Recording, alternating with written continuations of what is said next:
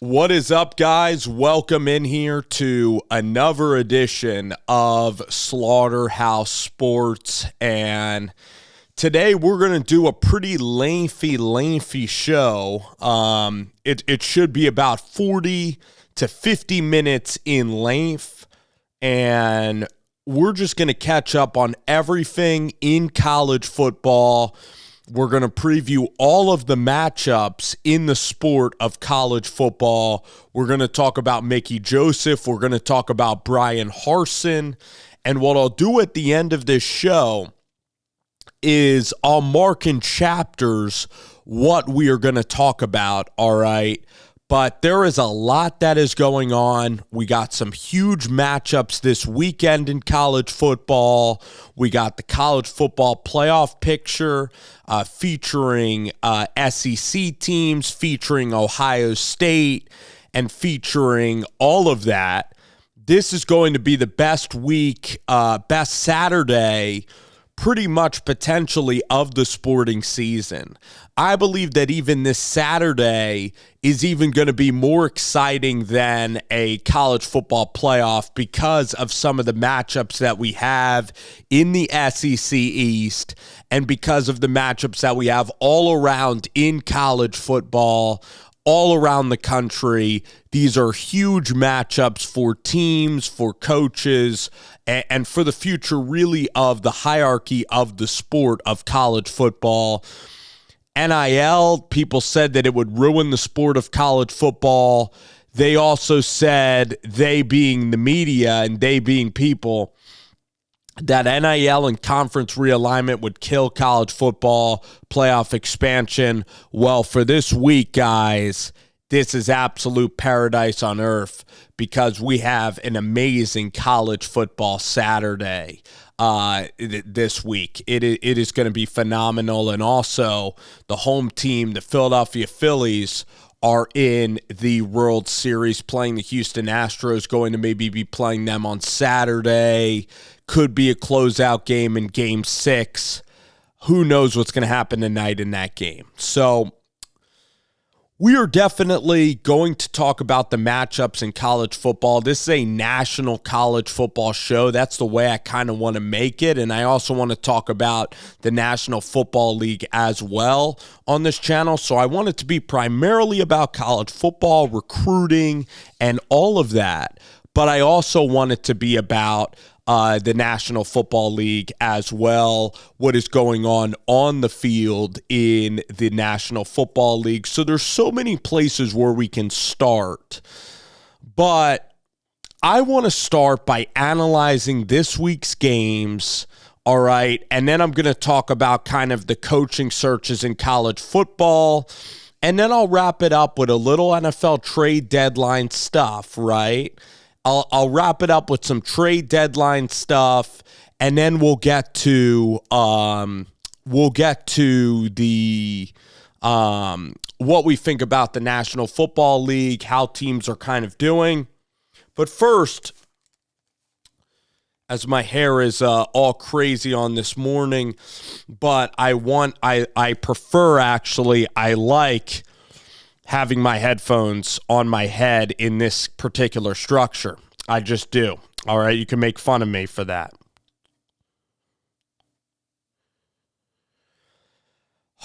All right, guys. So we are going to now be talking about the hierarchy of college football. Let's talk about the game in Athens this week.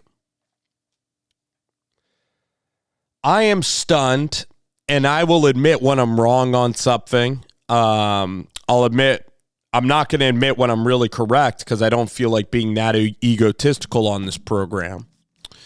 But I will say that I was completely wrong, at least thus far, on Josh Heupel. And my only rebuttal can be, how good can Josh Heupel be for the long haul? Because I didn't think that Josh Heupel was the right hire at Tennessee. I thought that this guy was regressing UCF's program.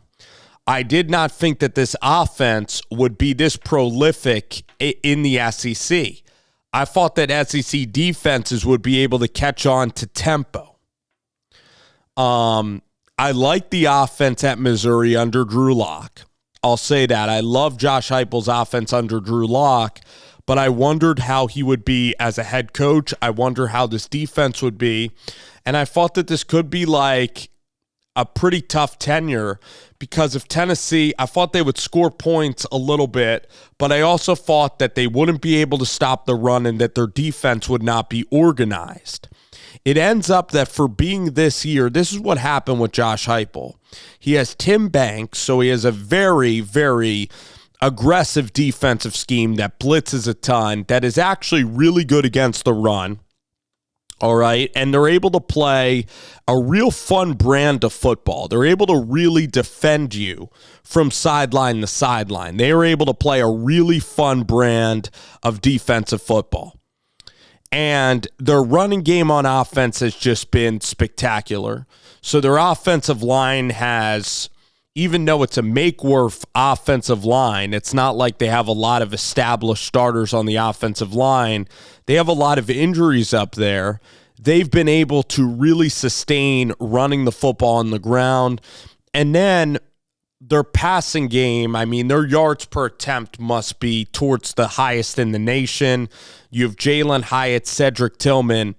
The way that Tennessee attacks you, I know that people are going to mention the great offenses of college football history, but if they are able to beat Georgia on the road, it truly will be one of the best offenses that we have seen in a college football season. Considering this is from a place in Tennessee that also had Butch Jones, who massively failed, especially towards the end of his tenure. Jeremy Pruitt, who didn't have any sort of offense with Jim Chaney, who was considered a really good offensive mind. And Jim Chaney is a good offensive mind, but he hasn't adapted to the new wave of college football. Josh Heupel is completely in the new wave of college football in every respect. He's out there with Tennessee. They utilize NIL very well. We could just say that. They're recruiting. They got Nico Yamayea. They have tremendous wide receiver talent entering that program. Incredible speed on the edges. Tennessee is as explosive of an offense. When you look at what a good offense is, you look about putting stress on a defense. And they run those switch routes with Alex Golish, the Russian offensive coordinator, born in Russia, and now he is a great offensive coordinator. I believe that Alex Golish will be one of the coaches that is going to be hired very soon in this cycle. I believe Alex Golish will either be hired soon or will be hired within the next 2 to 3 years, and somebody will try to replicate the secret sauce that is this Josh Heupel offensive attack. Hendon Hooker went from a backup quarterback at Tennessee, a journeyman quarterback, a mediocre Virginia Tech career, which is ironically or exactly what every Virginia Tech quarterback has been in Blacksburg for the longest of time since the Vick brothers have played there. Hendon Hooker, great season last year, really picked up a lot of steam last year, put up a lot of numbers. People talked about him as a Heisman guy, and I thought he would have a really good year, but I expected Tennessee to go 7-5, maybe 8-4. Tennessee went to Pittsburgh and won that game. Very impressive. Tennessee on the road at LSU, when LSU is really improving. The way that they stomped them in the first half, using special teams, getting fumbles, running the ball, getting up big, like 21-3 at the half. Tennessee's passing attack, even against Alabama, when Tennessee needs 30 yards, they can summon it like this. They are like a match to gasoline. They will literally blow up places in terms of their passing game. They run the football, they play cat and mouse, and then they strike and assault you in the air. That is Jalen Hyatt. That is Cedric Tillman. That is Hendon Hooker. You look at Hendon Hooker, he's having one of the best seasons that I can remember a player having in college football history. I mean, right now, if Hendon Hooker goes into Georgia and wins this game, this season can be put up there with Joe Burrow, with Cam Newton, as being some of the best quarterback seasons in the history of college football.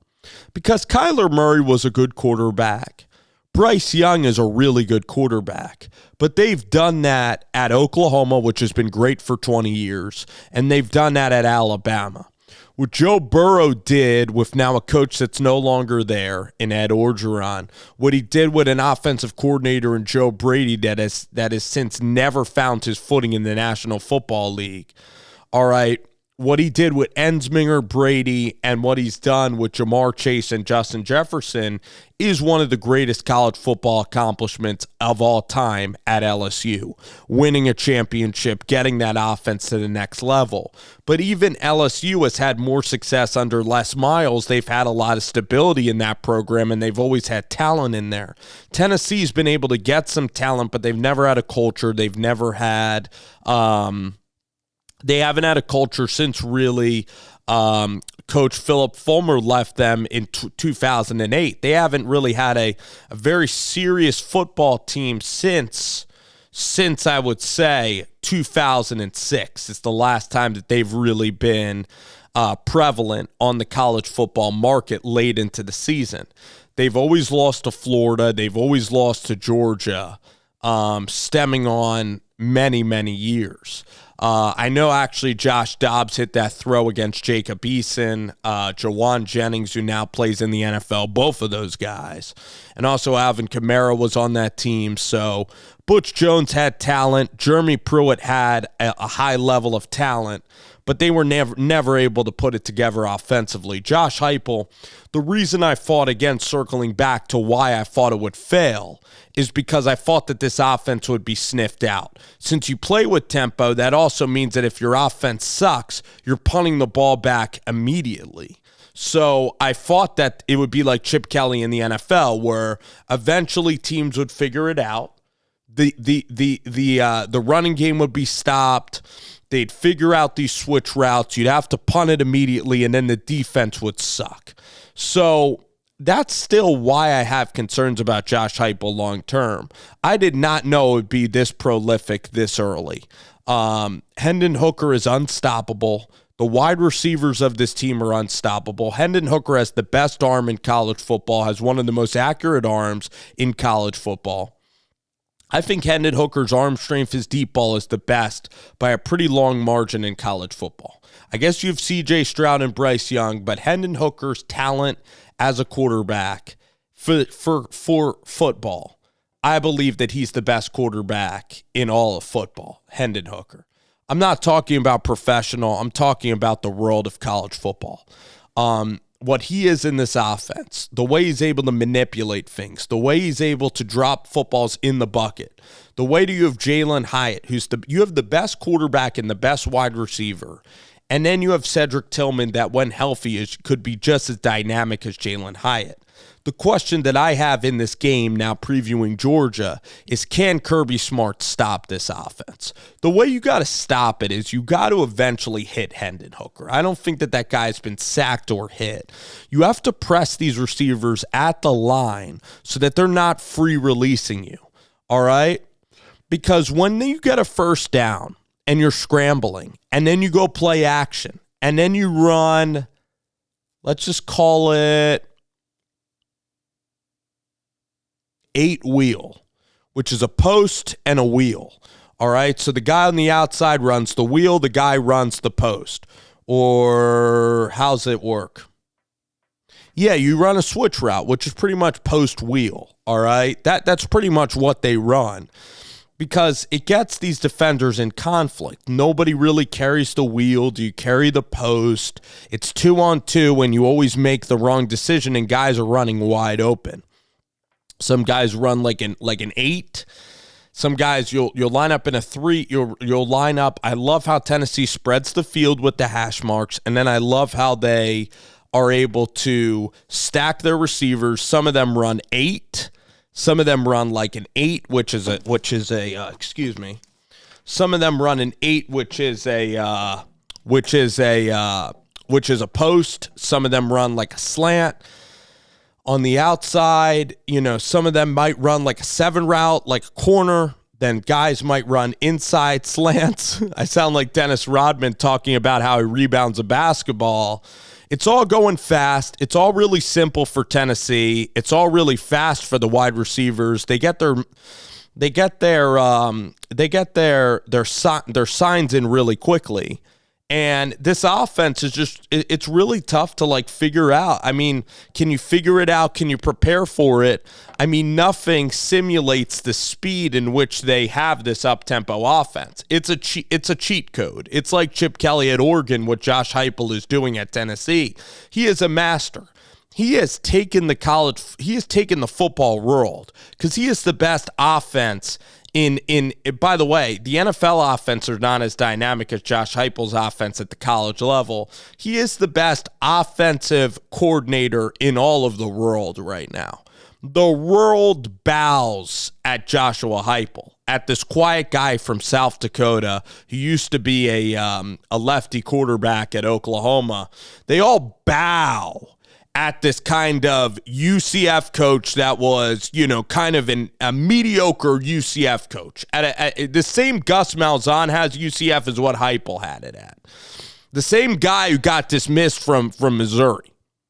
So if you stop the run and you get them punting, their offense, their team could potentially be blown out. And that's what you saw last year with Florida. That's what you saw last year with Georgia. But now Josh Heupel and Hendon Hooker together, this combination is almost like Joe Brady and Joe Burrow and Jamar Chase and Jefferson. I know it's stupid to compare that.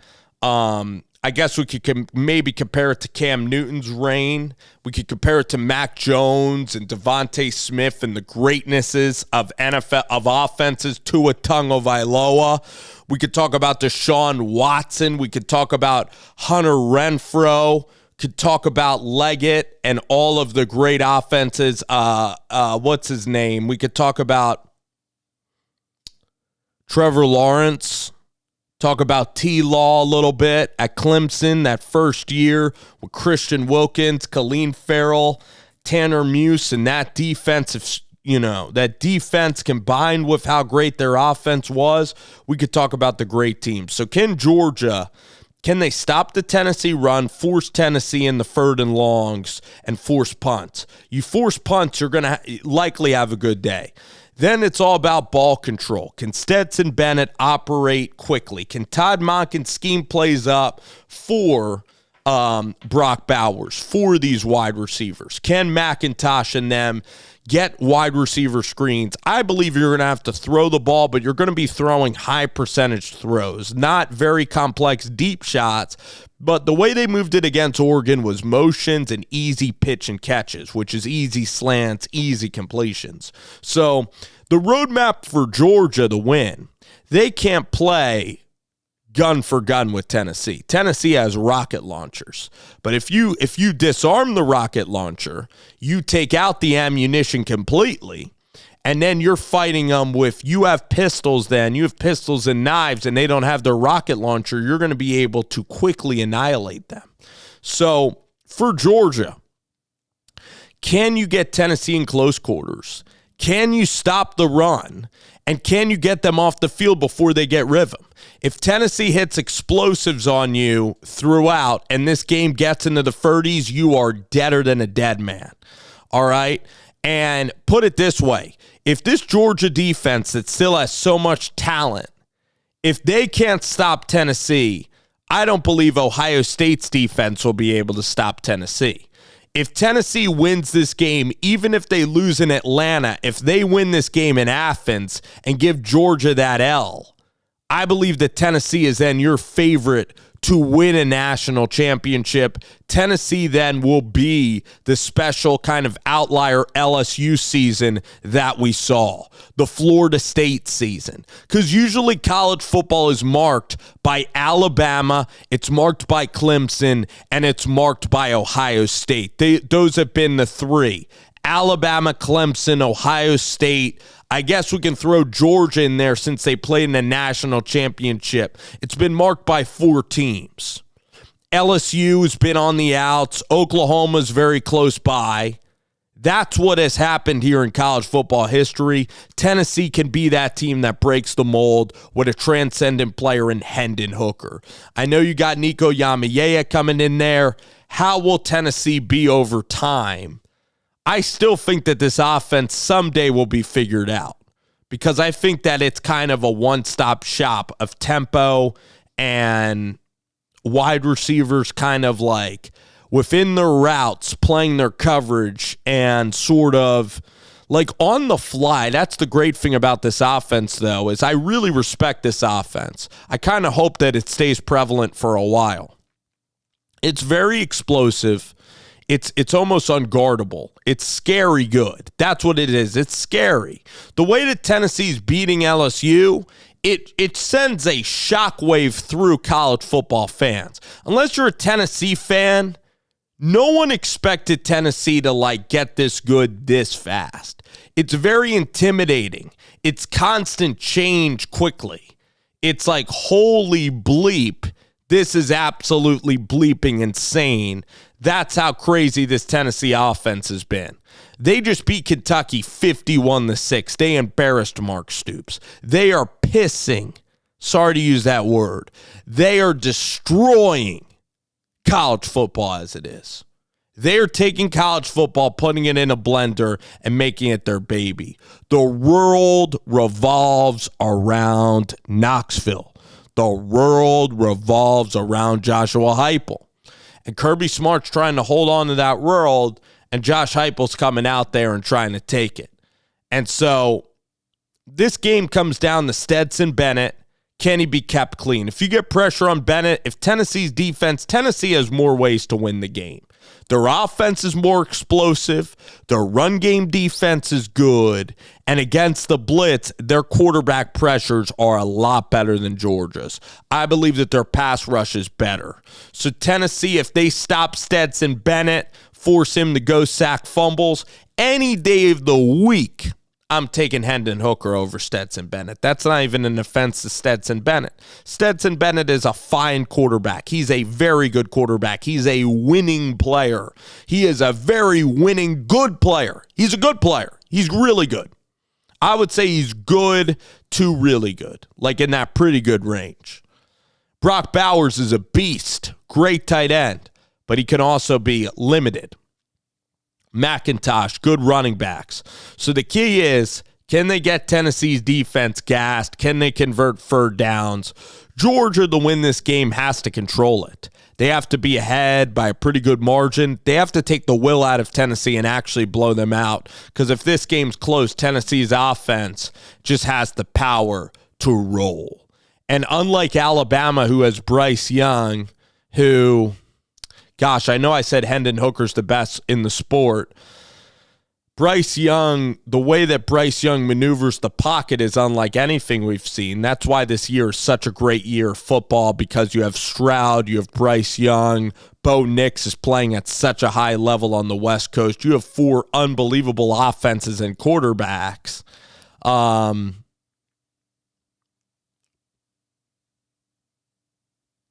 Man, oh man. Man, oh man, this can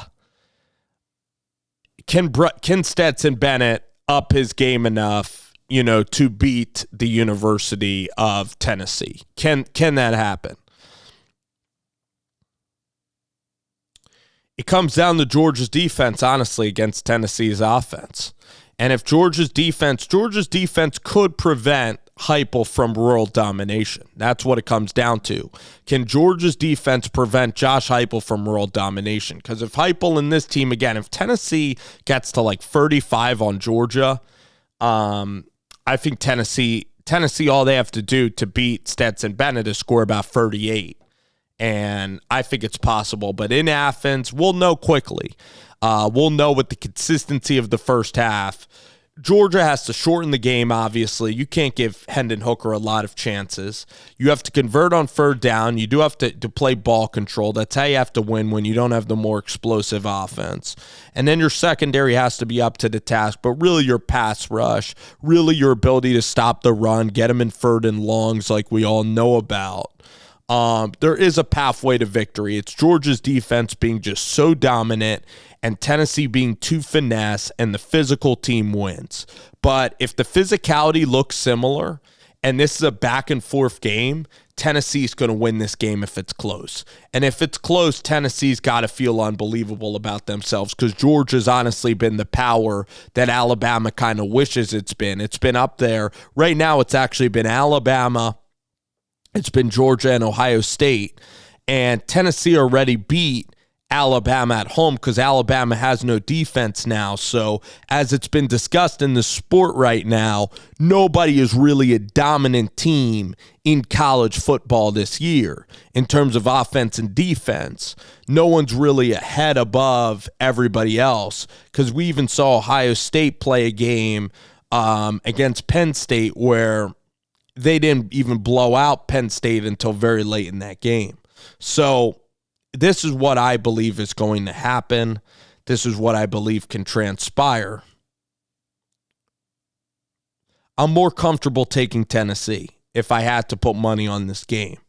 I think that Tennessee's offense hasn't been stopped this year, and I don't know on the road if Tennessee's offense will be stopped. They went into LSU, and they blew the doors off of LSU. They were able to control the Pittsburgh game, even though Tennessee wasn't as good as they are early in the season. Pittsburgh was able to run the ball a little bit on Tennessee. The key is for Georgia is, again, spreading Tennessee out and then running the ball when they see fit. Stetson Bennett's going to have to play so well to beat Tennessee. I believe that Tennessee in this game, I believe that the offense just continues to roll. It's a little bit of a defensive first half, but Tennessee gets enough explosive plays on offense. Tennessee's up 21-13. They open up the second half. Tennessee takes a 28-13 lead, and Tennessee leads throughout and wins the game. I think that Tennessee, too, if I had to pick a team to win a national championship, it would be the University of Tennessee. So I guess I'm putting the jinx on Josh Heupel and Hendon Hooker, but I believe that the sum of all parts combined with the defense of Tim Banks, which is so underrated, I believe that Josh Heupel after this year will be the most powerful coach in college football and the most powerful coach in the football world, even more than the NFL world. He'll be offered almost anything if he wins a national championship at Tennessee. He will be the Messiah that Tennessee fans have been asking for. He will return Tennessee back to a place that not many thought they could go because many people thought it was too dysfunctional, that they've been failing too much, that they don't have the infrastructure to do it. That they play, against Georgia and Florida, and that the Haslams will never hire the right AD and will never get the right coach. And then they got Danny White, and then Danny White was going after Franklin and Mike Gundy, two more established coaches than a young Josh Heupel who took over for Scott Frost. But really the vision that has been put forth here with Josh Heupel too. And Josh Heupel, regular guy. I don't know if Josh wins the press conferences for say. He's not exactly like PJ Fleck or James Franklin that is absolutely going to go wild in a press conference. But folks, that is what Tennessee's been all about. So the story here is Tennessee. Can Georgia prevent Tennessee? Can they stop the run, get them in the third and longs? That's what you have to watch for in this game.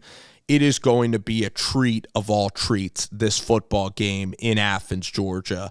It is the best SEC game that I can remember, maybe since LSU Bama in 2019.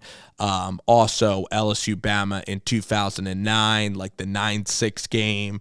It has the potential to be a legendary day in Sanford Stadium.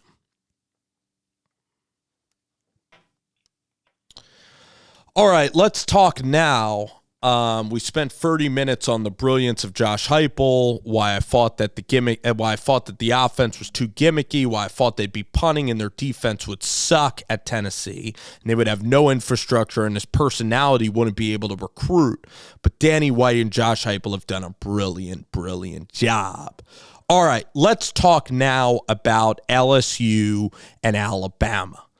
LSU and Brian Kelly have done a great job of bouncing back from early dysfunction against Florida State.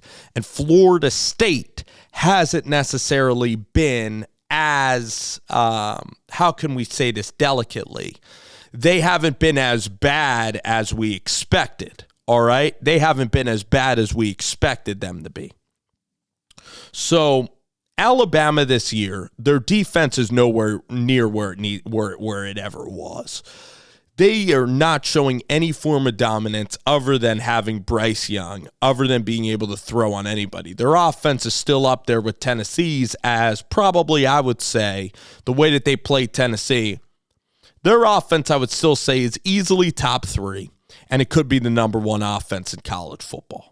Their defense has some defensive line talent, but it hasn't come to the fruition.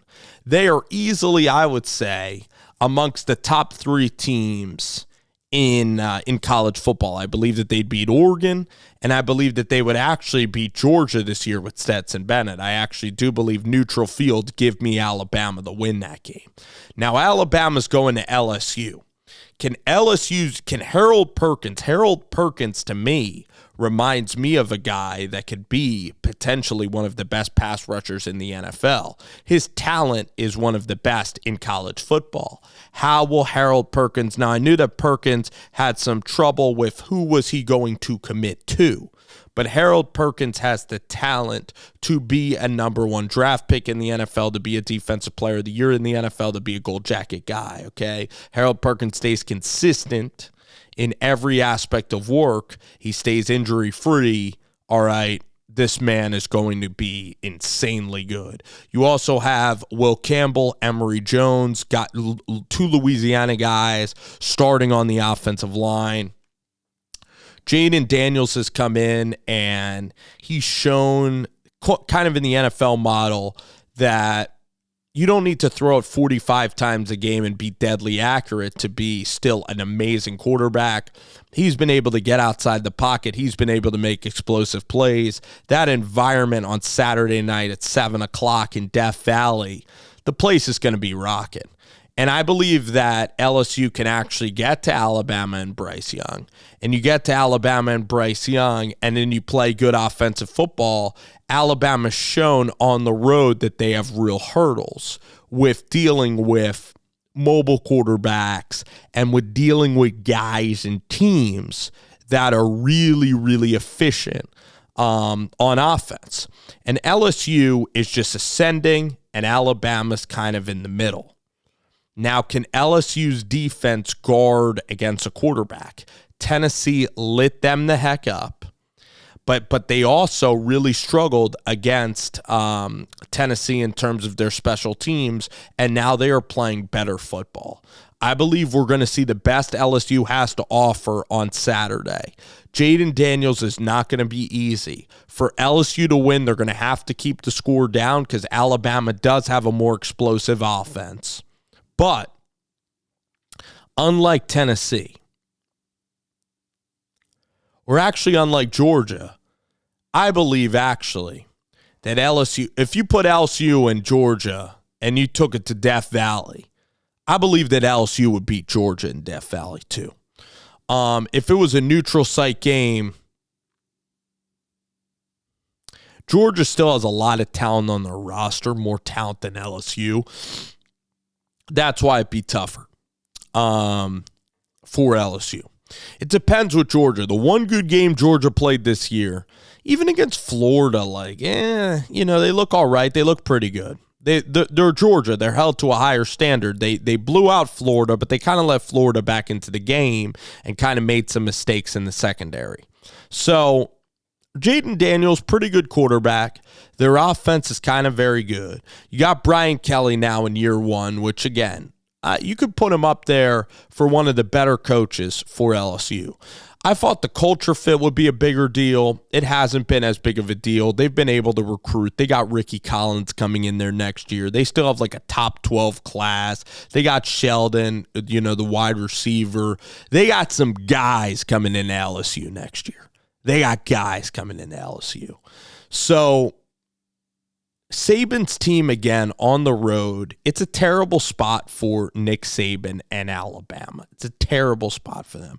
I know that they were able to beat Mississippi State at home, but this team is kind of reeling. It's a very top-heavy ball club. It's not a club that I look at and say that you have very good linebackers, you have very good cornerbacks. It's not your typical Minkah Fitzpatrick, Reuben Foster, Marlon Humphrey, Anthony Jennings, who, plug and play whoever you want to say on Alabama.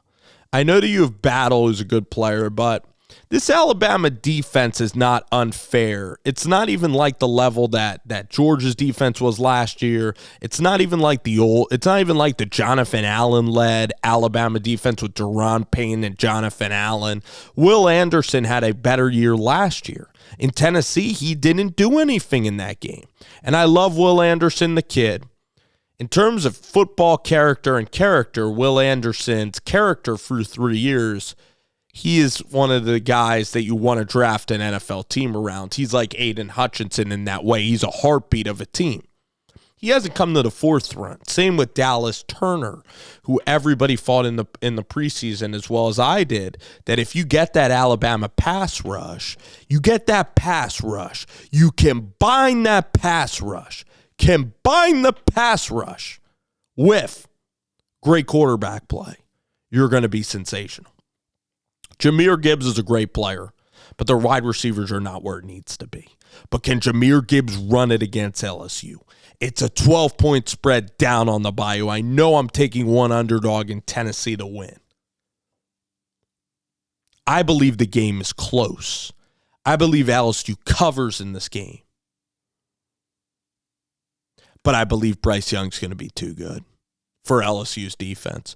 So I know I was just talking about LSU. It's going to be a tough spot. Alabama finds a way.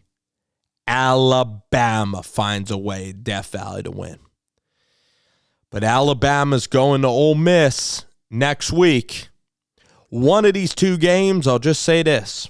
If they get out of here unscathed, that's an incredible accomplishment. Alabama's in a real tough spot. Their odds of going to the college football playoff, let's just say it right now, it isn't very high. You have to beat LSU at LSU. You have to beat Ole Miss at Ole Miss. And then you have to go to Atlanta, and you have to beat Georgia or a team you lost to in Tennessee. It's not looking good. You're probably Alabama. The odds of you losing these next two games, I think Alabama can lose these next two games, especially Bryce Young, a little bit hurt. You get to him. But I'm going to say actually right now that they survive LSU. And it's going to be very tough. But then against Ole Miss, probably picking Ole Miss. That running game of Ole Miss, Jackson Dart able to control it. Bo Wallace can do it. Jackson Dart can do it. So that is what I see transpiring in college football. We are doing picks this week, LSU, Alabama. This is, again, the best weekend of college football. We're going to talk Clemson and Notre Dame a little bit on the show later on. We are also going to be talking about Brian Harsin and Mickey Joseph. We will be talking about that later on as well. I'm going to upload these two bad boys to the channel. These two boys that are bad, I'm going to be uploading these videos. And then later on, we're going to be talking Mickey. We're going to be talking Brian later on tonight. And we're also going to be talking about Notre Dame, Clemson, and Texas, Kansas State later on the show. But today we had to go SEC heavy. We had to lead with two of the biggest games in college football.